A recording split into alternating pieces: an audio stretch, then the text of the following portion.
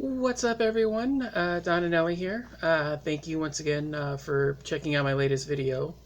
It's been a sort of tradition here on the channel. I've been doing roundups for screener company WellGo USA that has been providing me with physical screeners.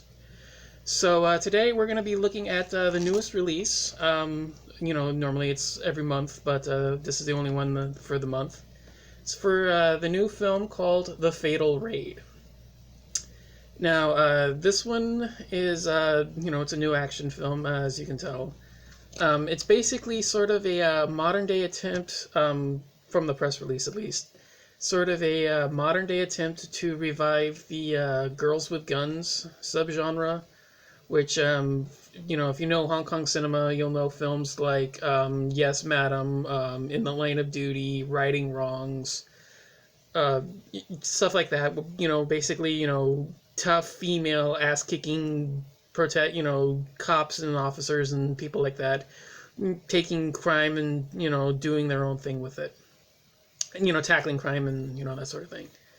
So this is basically, a modern-day attempt. It stars a bunch of women. I don't really recognize any of them. A lot of the names in here I'm not too familiar with. But anyways, the story revolves around a police officer.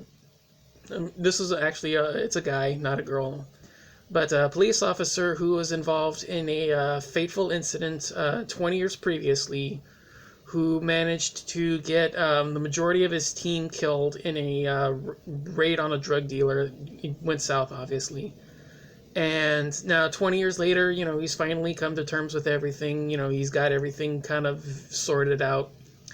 But he's tasked with taking down this crime syndicate that's running rampant in the city, and brings together a team of top officers who these are the women that are, what the genre is after. He gets them together and they take the fight to the criminal gang, and action ensues. To start with this one, I kind of enjoyed it, but there's a lot of issues with it. Basically, like I had said earlier, for a film called Undercover Punch and Gun, also by WellGo, if all you're looking for is just, action scenes, you're going to enjoy this one. These are pretty good. A lot of heavy gunfighting is in play here. A couple of big scenes involve a lot of, criminals and police officers getting together, tons of shootouts, lots of, diving behind walls and objects and stuff like that. A lot of the stuff is not exactly, anything new or original, but it gets the job done. It's exciting, and it, has a lot to offer there on that end.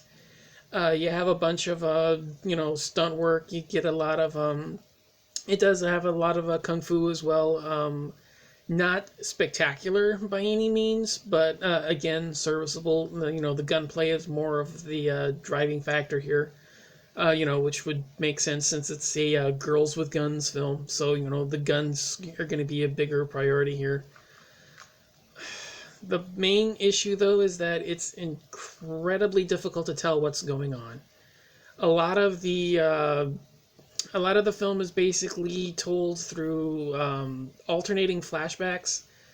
Basically, you get like a flashback to the incident in question, and then it goes into a main part of the story, and then you get another flashback to another.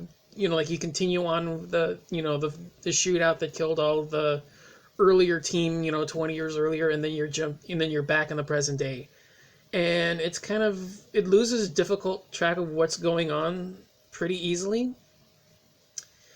It's really difficult to tell whether what's going on, because you don't get any real definitive notion of who the four girls are. I just saw this one just recently. I don't even know their names. The girl, you just get four hot girls together, give them a gun and tell them, okay, you want to shoot these people. That's basically what's going on. The storyline is incredibly thin. And a lot of what's happening here is never really told all that well.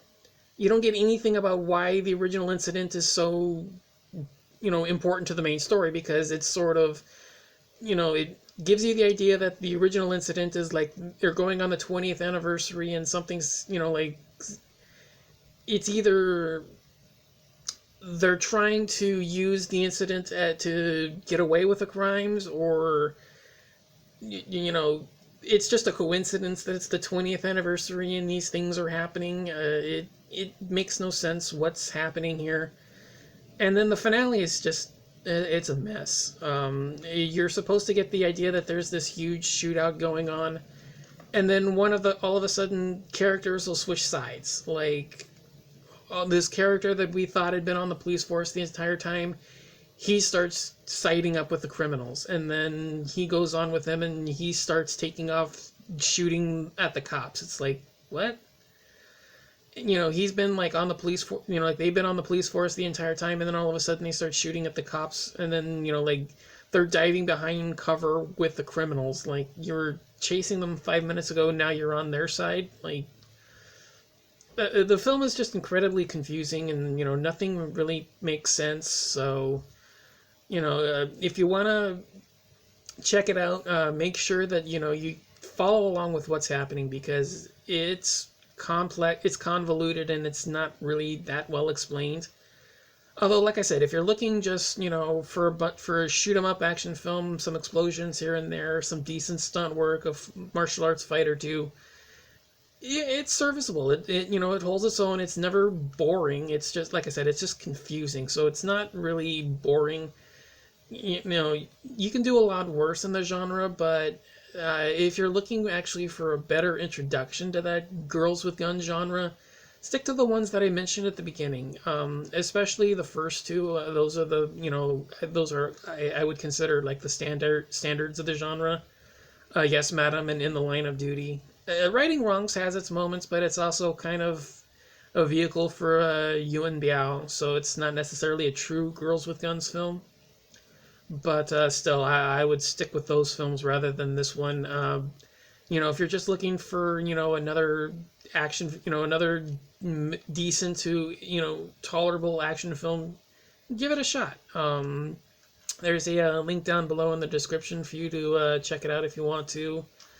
If you want to follow the rest of my work, you can do so at donshorrorworld.blogspot.com, where I do reviews for films like this, other horror films, exploitation, cults, grindhouse, stuff like that. Again, even though it's not necessarily one that I'm raving about, I'd like to extend a gratitude to WellGo USA for providing a physical copy for it. And I guess that'll be it for now. So see you later, and talk to you next time.